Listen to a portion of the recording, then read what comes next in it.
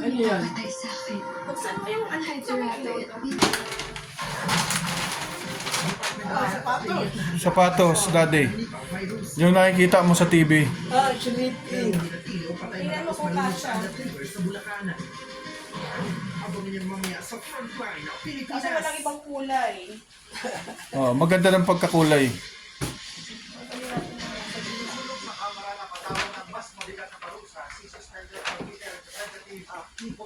Magaan lang, no, daddy. At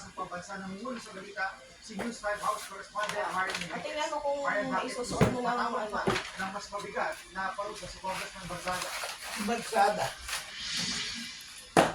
Kahit ba walang medyas. Sige, inaprubahan na ng Kamara Ayaw mo yung motion mag-medyas. na magsagawa ulit Ayaw mo ng mag-medyas. investigasyon sa naging asa ni Cavite 4th District Representative Kiko Barzaga habang suspendido siya. Kasunod na ito, napanawagan ni Manila 2nd District Representative at National Try mo Party tumayo. Member Rolando Hindi, Barangay yung ano, tali. Hindi, walang sintas yan. Wala nang sintas yan, daddy.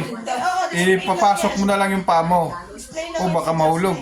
Baka mahulog. Kung saan inakusahan nga niya no, ang Congressman ng National Unity Party o NUP na tumanggap umano ng suhol mula nga doon sa negosyante si Enrique Razon para suportahan yung speakership noon ni Congressman Martin Romualdez. Tawag kasi nungalingan daw ito. Ginawa rin halimbawa ni gusto mo nakaupo? yung pag-akusang Oh, ayan, no, Barzaga ipapasok na lang yung paa. sa pag-utos Yun. sa flood control Yun. operation. Itong yung Pasok. si Antipolo Representative Romeo Ano ba sabihin ko? Ano, maluwag, masikip? Hindi, okay na. Sakto lang. Hindi. Tapos ilakad-lakad mo, daddy. Yan. Sige nga, lakad-lakad.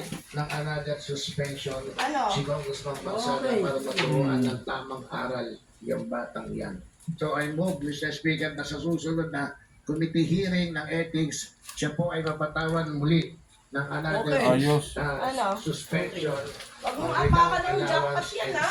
Ano? Huwag mong tapakan ng jackpot. Anong jackpot? Ah, ipot. In-adopt nga kahapon yung motion at nitong Skechers. Hindi masigit.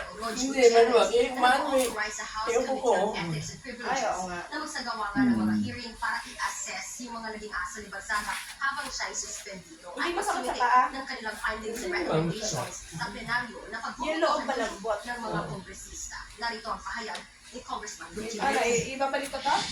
Lagyan mo na lang sa kahon. First, to conduct a thorough assessment of the conduct of the respondent member, Mr. Francisco Barzaga, during the period of his suspension. Second, to require the respondent member to the case, Mr. Barzaga, to appear in the hearing of the committee.